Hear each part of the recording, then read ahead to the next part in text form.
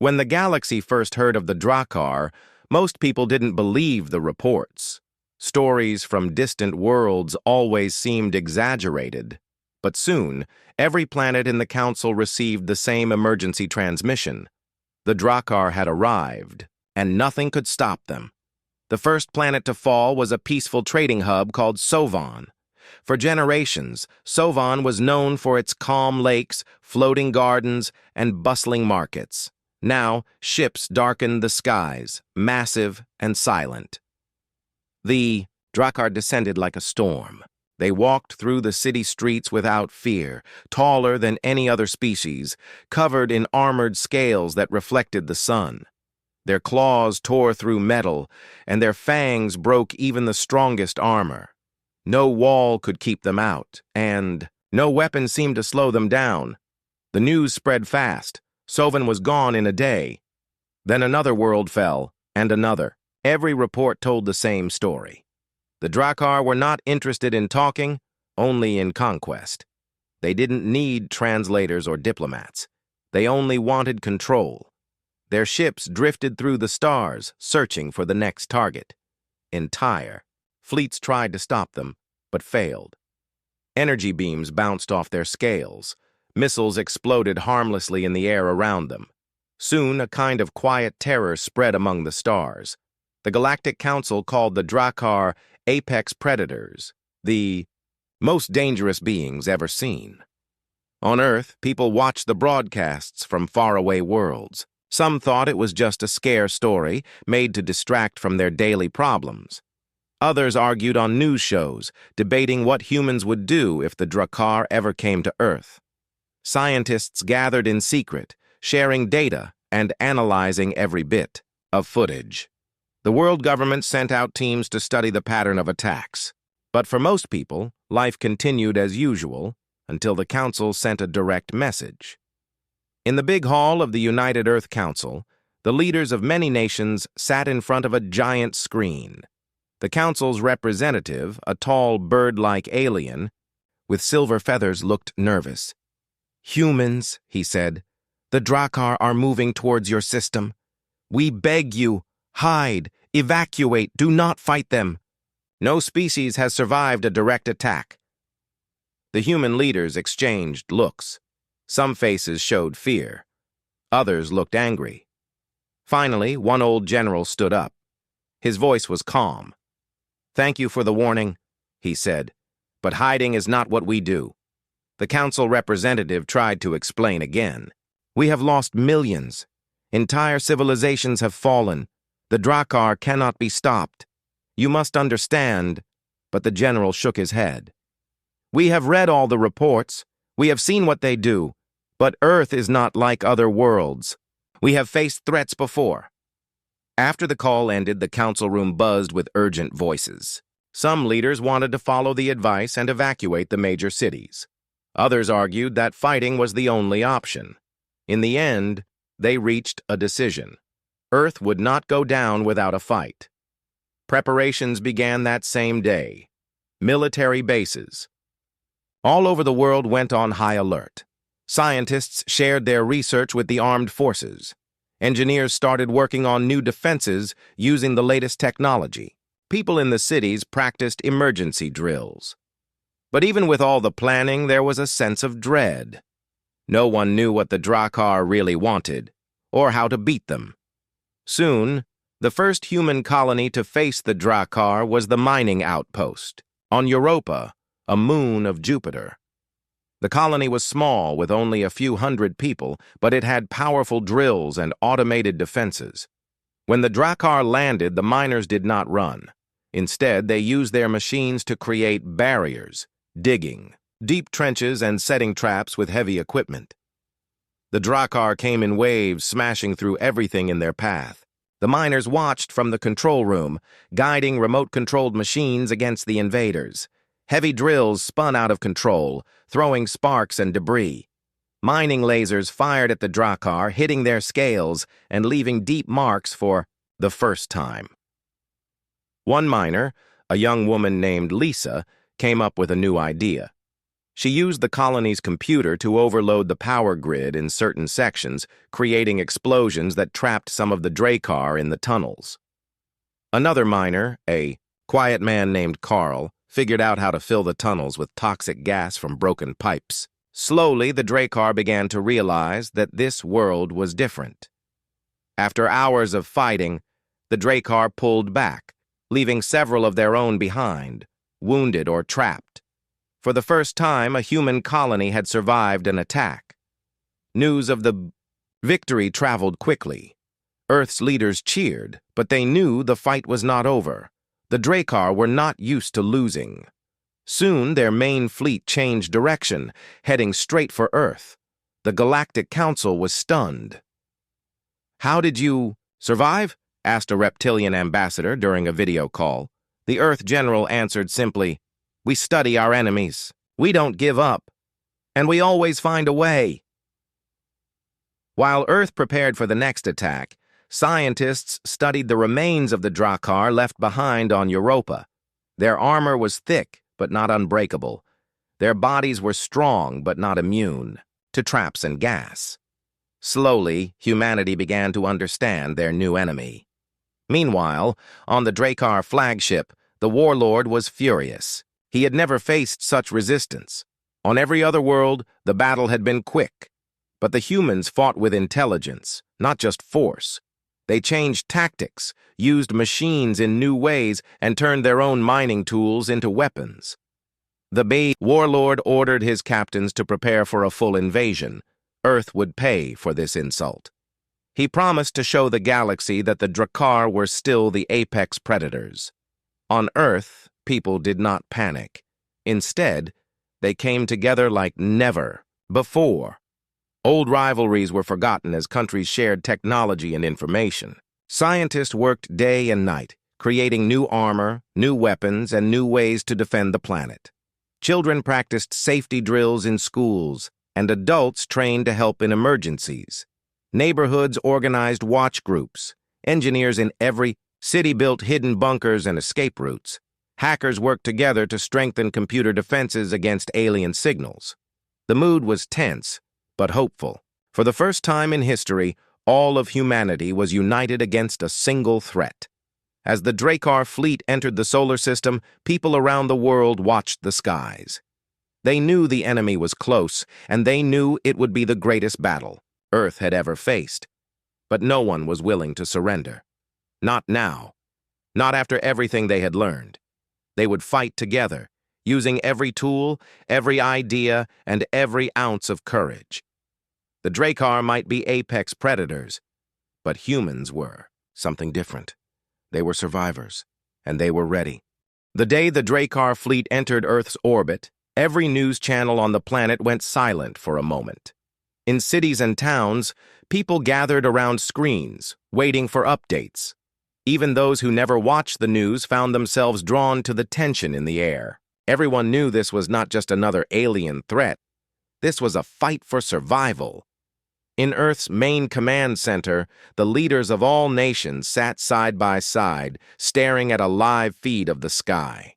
Hundreds of dark, spiked ships floated above the atmosphere. They looked like giant shadows, blocking out the sun in some places. The Drakkar had come in force, bringing their biggest warships, drop pods, and landing crafts. To them, this was just another easy hunt. To humans, it was a test. Like no other, the Drakkar sent their message first. A low, rumbling voice echoed through every speaker, every device. "Surrender now, or be destroyed. Your weapons are useless. Your worlds will belong to the Drakkar." The council chamber fell quiet. But then the Earth General, who had seen many wars, spoke calmly into the microphone. "This is Earth. We do not surrender." With that, the fight began. The Drakkar's landing pods shot through the sky, slamming into the ground near major cities and military bases. Their soldiers poured out, huge, armored, and roaring. They expected chaos and fear. Instead, they found cities almost empty. Humans had evacuated, leaving behind a maze of traps, blocked roads, and hidden defenses. The Drakkar stumbled into electrified fences, got stuck in glue pits, and triggered explosions hidden under the pavement. The human military was not in plain sight. Instead, they used drones and remote vehicles to attack from a distance.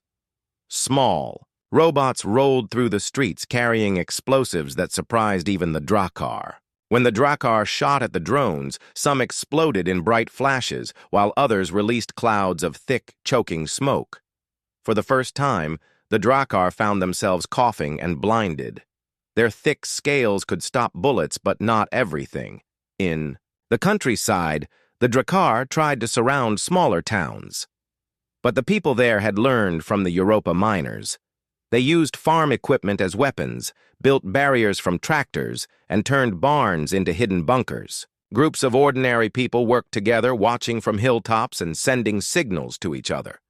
They lured the Drakkar into fields rigged with traps, then set off huge bursts of flame from underground gas lines. Some Drakkar fell, their armor burned and their pride wounded. Back in the command center, Lisa, the young miner from Europa, was now a hero. She had been flown to Earth to help the defense teams. Working with engineers and soldiers, she explained the tricks that worked against the Drakkar. They think only about strength, she told the generals. They expect us to fight the way they do. But if we use our brains, we can beat them. Her ideas helped the teams build better traps and smarter defenses. Soon they used powerful magnets to pull the Drakkar's metal weapons away. They hacked into the Drakkar's comms, sending fake orders and confusing their soldiers. At night, humans used sound machines to make it seem like armies were moving through the darkness, keeping the Drakkar on edge and unable to rest. But the Drakkar were not easy to defeat. They learned quickly, smashing through defenses with brute force. In one city, they captured a group of soldiers and tried to force them to give up secrets. But the humans did not break. Even as prisoners, they spread hope through secret messages, telling their friends not to give up. In another town, a Drakkar leader cornered a family in a basement. He expected them to beg for mercy. Instead, the father offered him water and spoke calmly. "You are not the first to threaten us," he said, "but you will not be the last either." The Drakkar was confused. He had never met anyone so calm, in the face of danger. As days passed, the Drakkar grew frustrated. Their easy hunt had turned into a dangerous game. They lost soldiers to traps they could not see, their commanders argued, unsure how to deal with an enemy that disappeared into the shadows and struck from nowhere. One night, a group of young engineers crawled through the city's underground tunnels. They had an idea. If they could get close enough to a Drakkar ship, they might hack its main computer. Moving silently, they reached the edge of a landing site, carrying a heavy device made from spare parts. While the Drakkar slept, they plugged their machine into the ship's power lines. The Drakkar woke to alarms and flashing lights. Their ship's doors locked, trapping them inside. As they tried to break out, human soldiers surrounded the ship, capturing the trapped Drakkar without firing a shot. This victory inspired people everywhere. Even children in distant villages cheered when they heard the story. The Drakkar warlord watched all this from his flagship. He smashed his fist against the control panel. "These humans are weak," he roared. "How are they winning?" His commanders did not have answers. They had never faced such an enemy, one that used every trick, every tool, every bit of courage to survive. As the battle raged, the humans found unexpected allies. Alien refugees who had once feared the Drakkar reached out to Earth, offering advice and support. A group of small, furry aliens sent information about the Drakkar's old battles. A group of tall, gentle creatures shared a medicine that could protect humans from some Drakkar poisons. Together, humans and aliens built new defenses and new hope. Meanwhile, Earth's scientists worked around the clock. They studied captured Drakkar armor and weapons, searching for weaknesses. They discovered that a special kind of acid, made from common earth plants, could eat through the Drakar's scales if delivered in the right way. Teams began building new darts and sprays, using this discovery in battle. The Drakar grew angrier and more desperate. They sent in bigger, more dangerous machines. But humans adapted again, using their own machines in unexpected ways. In the mountains, miners collapsed tunnels to trap Drakar forces. On the coasts, fishermen used their boats to launch sneak attacks on Drakar landing crafts. Everywhere, people shared news and ideas over the internet. Teachers taught children how to stay safe, while older people volunteered in supply teams. Every city had its own plan, and every person had a role to play. The Drakar realized they were not just fighting soldiers. They were fighting all of humanity. After many hard days and nights, the Drakar began to pull back from the cities. They retreated to their ships, angry and confused. Their leaders argued about what to do next. Some wanted to attack again with more force. Others warned that the humans could not be beaten by strength alone. On Earth, there were losses and sadness, but also pride. For the first time, people believed they could win. Families who had hidden in bunkers came out to see the sky. Neighbors helped each other rebuild broken homes. In every town, people remembered the names of those who had stood up to the Drakar and survived. As the sun rose over the battered cities, the message was clear. Humans would not surrender. They would fight on, using every idea, every bit of courage, and every lesson learned. The Drakar had come to Earth expecting an easy victory. Instead, they found something they had never seen before, a world where everyone was willing to stand, together no matter the cost. The battle for Earth was not over. The Drakar were still dangerous and more challenges lay ahead. But now, the humans had hope. They had proven to themselves and to the galaxy that they were more than just prey. As the Drakar warlord looked down at Earth from his ship, he realized something new. Perhaps for the first time in his life, he was afraid. After the first days of battle, the Drakar finally realized that humans were not like any other species they had conquered. On every world before, their strength and fearsome looks had made even the bravest armies run. But on Earth, things were different. Instead of falling apart, humans seemed to grow stronger and smarter with every challenge. In the United Earth Command Center, leaders, scientists, and soldiers worked together day and night. Screens showed maps of every battle, messages came in from all over the world, and ideas were shared with a speed that surprised even the Council's oldest members. People who had never spoken before, miners, farmers, teachers, scientists, and soldiers, now shared one purpose. The enemy was strong, but humans believed they could outthink them. Lisa, the former miner from Europa, sat in a crowded lab with a group of young engineers. They studied every piece of Drakar armor and weapon they had collected. One day, Lisa pointed out a small crack in a broken Drakar shield. "Look here," she said. "The acid worked, but only on the joints. Maybe we can make something even better." Working together, the team created new acid darts and small grenades, designed to break through the weakest parts of the Drakar's armor. Soldiers were quickly trained to use them. Every time a battle ended, they would gather to share what worked and what didn't. This helped them improve their tools again and again. In another corner of the command center, Carl, who had helped defend Europa, worked with a team of hackers. Their mission was simple: find a way to get inside the Drakar's computers. Every day they tried new ideas, sending signals and code to confuse the enemy's ships and soldiers.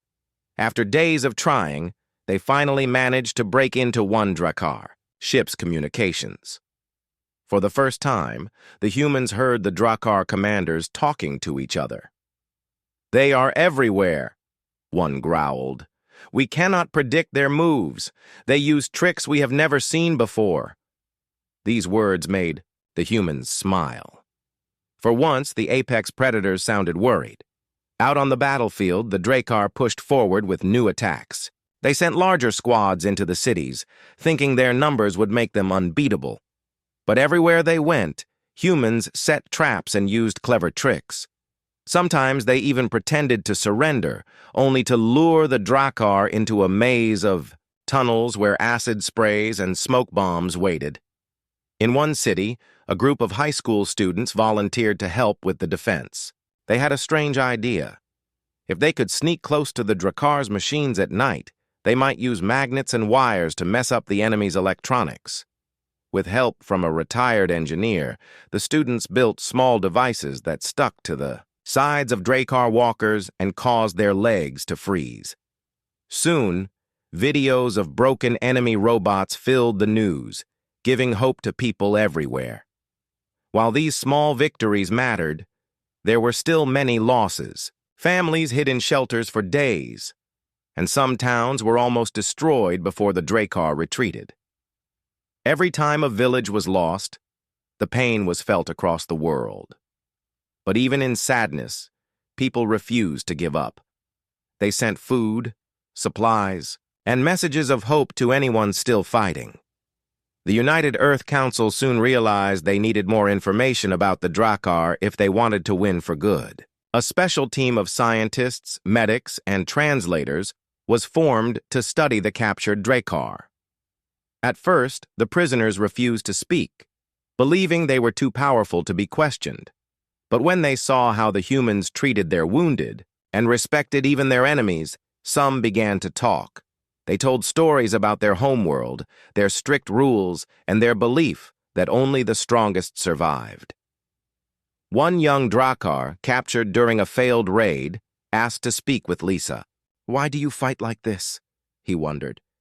"No one has ever made us retreat," Lisa answered honestly. "Because we don't fight alone. We learn from each other. We don't care who has the biggest claws or the thickest armor.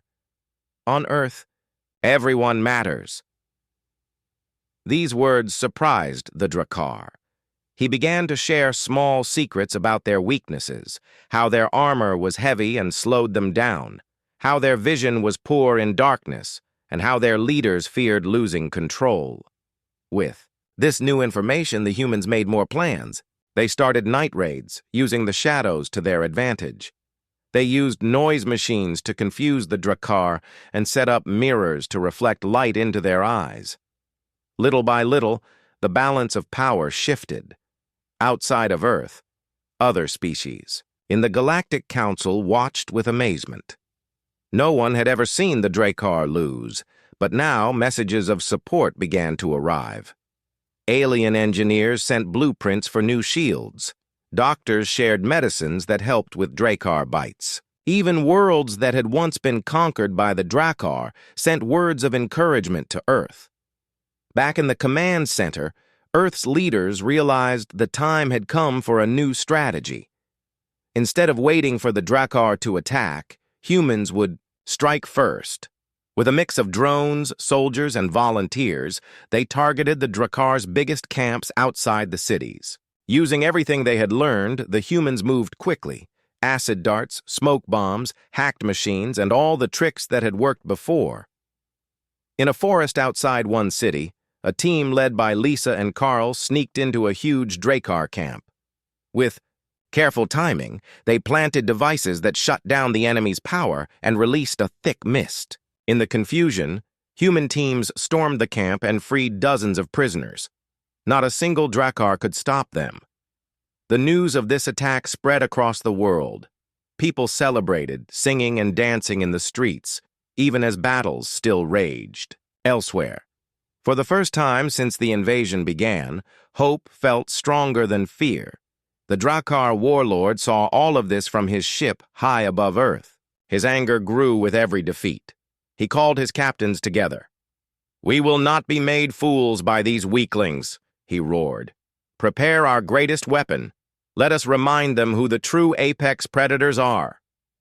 Deep in space, the Drakkar flagship began to power up a superweapon, one that could destroy whole cities with a single shot. The humans learned about this through the hacked Drakkar communications. Panic spread through the command center, but the general spoke with calm. "We have beaten them before," he said. "We can beat them again. We will not give up." As night fell on Earth, everyone prepared for the next attack. Scientists rushed to finish a new kind of shield. Soldiers checked their gear and said goodbye to their families just in case. In homes and shelters, people held hands, hoping for morning to come. Lisa and Carl, along with a small team, volunteered for a risky mission. They would sneak onto the Drakkar flagship and try to disable the superweapon before it could be fired. No one knew if they would succeed, but everyone agreed. It was a chance worth taking. As their small ship launched into the night sky, Earth held its breath. The world that the Drakkar had once seen as prey was now fighting back. Together, with courage and hope, the next chapter of the battle was about to begin. As Lisa, Carl, and their small team soared through the darkness of space, they all felt the weight of the world on their shoulders. Their mission was clear: sneak onto the Drakkar flagship and disable the superweapon before it could destroy any more human cities. They were not soldiers in the old sense. They were engineers, scientists, and one retired pilot named Grace, who quietly guided their small shuttle through asteroid fields, using old tricks from Earth's early days in space. On the ground, people from every country watched the sky, waiting for news. The United Earth Command Center buzzed with quiet worry. The general stood before a map showing the Drakkar's movements and the human resistance teams working together. "We have one chance," he told his staff. "If Lisa's team fails, we may lose everything, but we will not surrender, no matter what happens." Lisa's team approached the massive Drakkar flagship, which floated above Earth like a dark mountain. Its hull was covered in strange symbols, and bright blue lights flashed along its sides.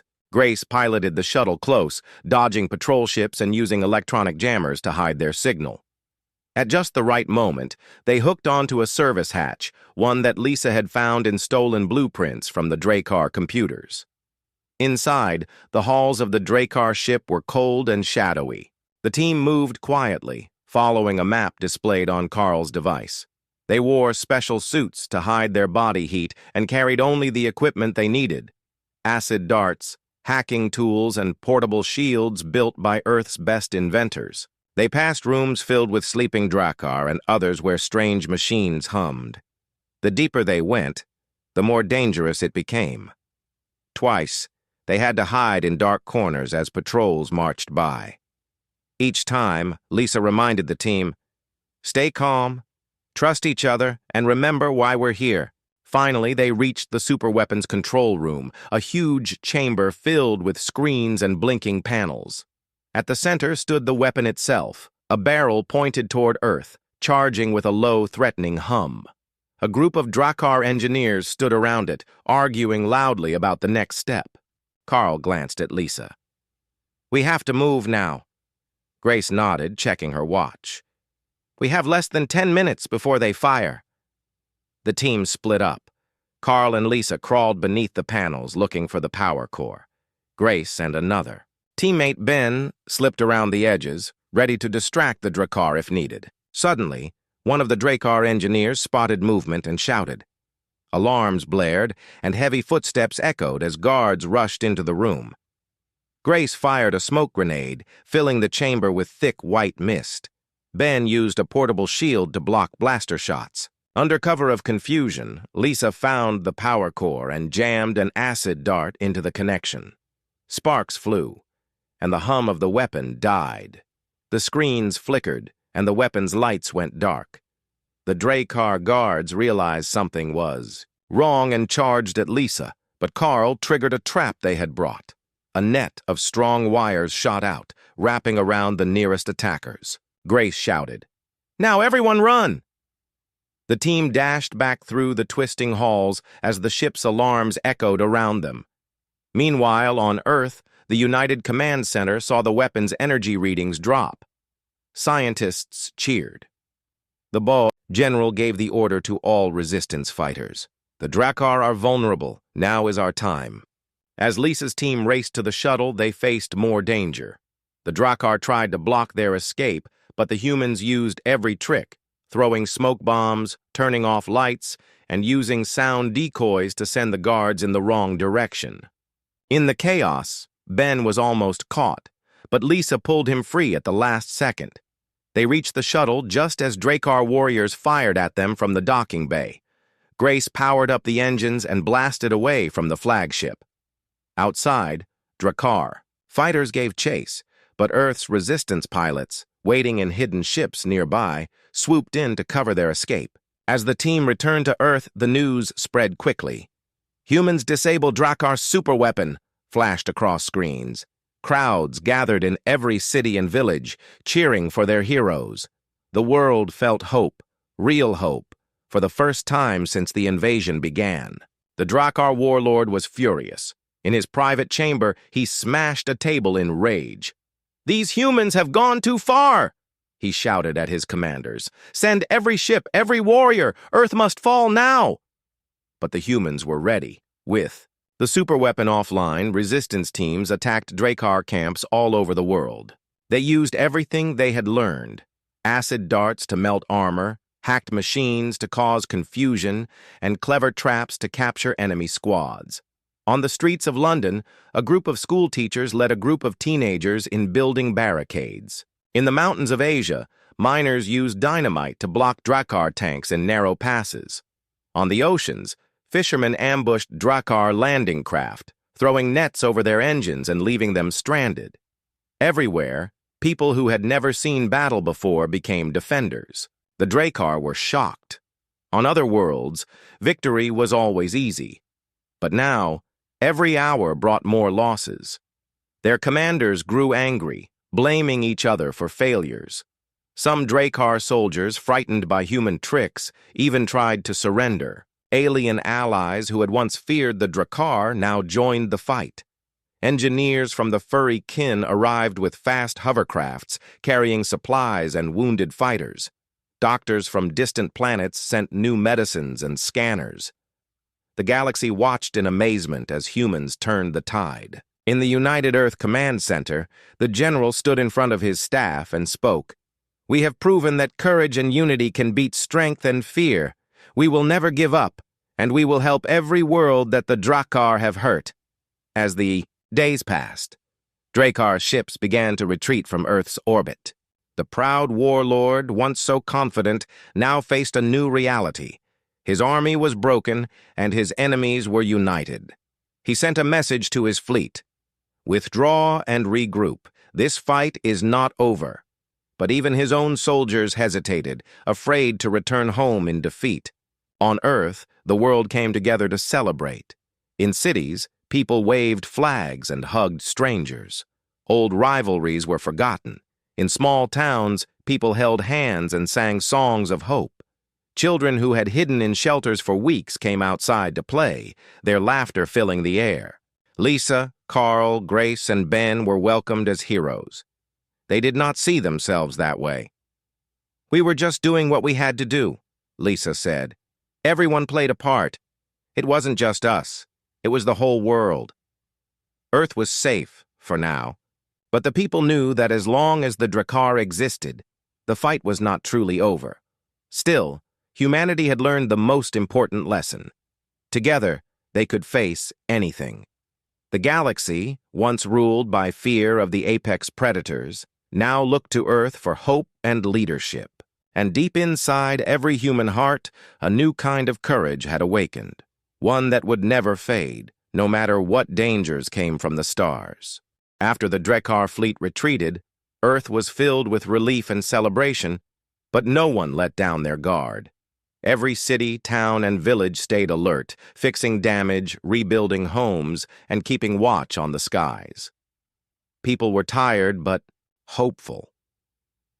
For the first time in history, humans felt like they had done something no one else in the galaxy had achieved. They had beaten the so-called apex predators and forced them to run. But in the United Earth Command Center, leaders knew this was only a pause, not the true end. Reports from the edge of the solar system showed that some Drakkar ships were still hiding in the shadows, possibly waiting for a new attack. The general stood before his team and spoke quietly, but with strength. We did not just save ourselves. The whole galaxy watched us. Now is the time to finish this and make sure the Drakkar never threaten anyone again. Earth scientists, engineers, and soldiers began working day and night. Teams studied all the information gathered from captured Drakkar weapons, computers, and prisoners. They learned about the Drakkar's battle plans, how their ships worked, and what their leaders feared most, losing control and respect in front of the galaxy. Lisa, Carl, Grace, and Ben were back in the lab, surrounded by engineers and resistance, fighters. "We have to move fast," Lisa said. "The Drakkar will come back with new tricks, or maybe call for help from their homeworld. We can't just wait and hope they leave us alone." Grace pointed at a map of the solar system. "Their flagship is still out there. If we can take it out, the rest of the fleet will have nothing left to follow. We need to strike first, before they get strong again." The plan was simple, but risky. Human forces, together with their new alien allies, would use every ship, drone, and weapon available to attack the Drakkar flagship. Earth's best hackers would jam their communications. Engineers had built special missiles with acid warheads and electromagnetic bombs meant to shut down the Drakkar's systems in space. As the final preparations were made, people everywhere sent messages of support to the team. Families cooked meals for soldiers and volunteers. Children drew pictures of brave humans and friendly aliens standing together. Farmers brought food to city shelters, and everyone felt part of the same team. The night before the attack, Lisa sat with her friends and looked up at the stars. She felt nervous but proud. "We're not just fighting for Earth," she whispered. "We're fighting for every world the Drakkar have hurt." The next day, the human and allied fleet launched. Dozens of small ships, heavy with new weapons, flew out from Earth's surface and hidden bases on the moon. Alien engineers guided their own crafts alongside human pilots, sharing signals and tactics in real time. The Drakkar were waiting. As soon as the fleet appeared, the Drakkar flagship lit up with weapons and shields. Smaller Drakkar ships rushed forward, shooting streams of plasma and trying to break the Allied lines. But the humans were ready. They weaved between attacks, dodging blasts and firing back with missiles and acid-tipped warheads. In the chaos of battle, Carl and Ben's team slipped in close to the flagship, using stolen Drakkar codes to mask their approach. Lisa and Grace led a group of fighters on, the far side drawing the Drakkar's attention. Explosions filled the darkness, and ships dodged debris spinning in every direction. The flagship opened fire with its heaviest weapon, a giant energy beam that swept across space, almost hitting Grace's ship. But at the last second, the hackers on Earth triggered their electromagnetic bombs. The flagship's guns went silent and its shields flickered. Lisa's voice came through the radio. "Now! All teams, now!" The Allied fleet focused every weapon on the flagship's engines and main control tower. The special missiles hit their mark, melting through armor and sending bursts of electricity through the ship's systems. Inside, the Drakkar commanders shouted and tried to regain control, but it was too late. Fire spread through the main deck, and alarms blared in every corridor. On the Drakkar bridge, the warlord stared at the screens in shock. Never had he seen such teamwork, such speed, or such determination.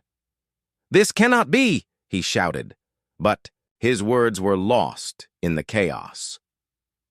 With one final push, Grace's team launched a boarding pod that crashed through the flagship's side. They rushed inside, fighting their way to the bridge. Lisa and Carl were right behind, working together to shut down the remaining defenses. The last battle was fierce, but the humans and their allies did not back down. In the end, the Drakkar warlord faced Lisa, Carl, Grace, and Ben, surrounded by the people he once called weak. He saw the truth in their eyes. They were not afraid. He surrendered, lowering his weapon and bowing his head. With the flagship taken, the rest of the Drakkar fleet lost all hope. Some tried to run, but Earth's fighters surrounded them.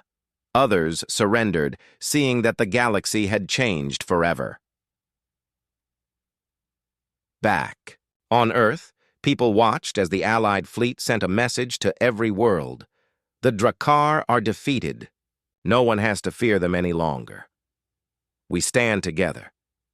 There was celebration everywhere. People danced in the streets, hugged each other, and rang bells that had not sounded since peace times. Cities lit up with fireworks, and music filled the air. For the first time in living memory, the galaxy felt safe.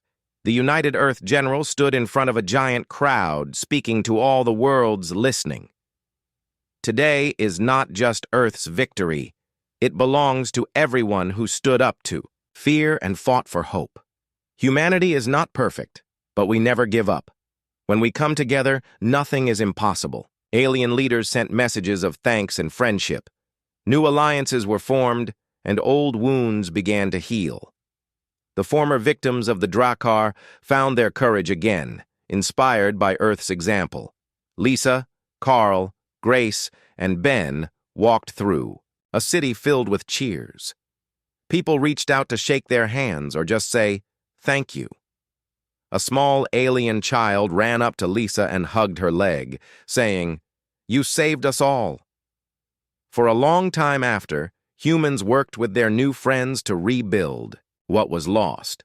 They shared technology, stories, and dreams for the future. Old walls between nations and species fell away. Earth sent teams to help other worlds, proving that kindness and bravery could be even more powerful than any weapon. The Drakkar were no longer feared.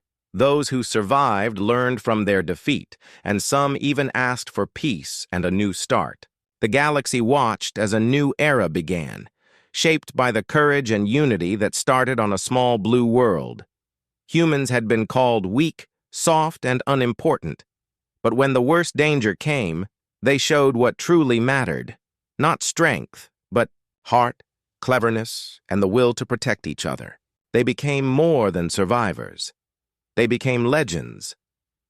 As Lisa and her friends looked up at the stars one last time, they smiled. They knew the galaxy would never be the same. And somewhere out there, new adventures waited for those who dared to stand together.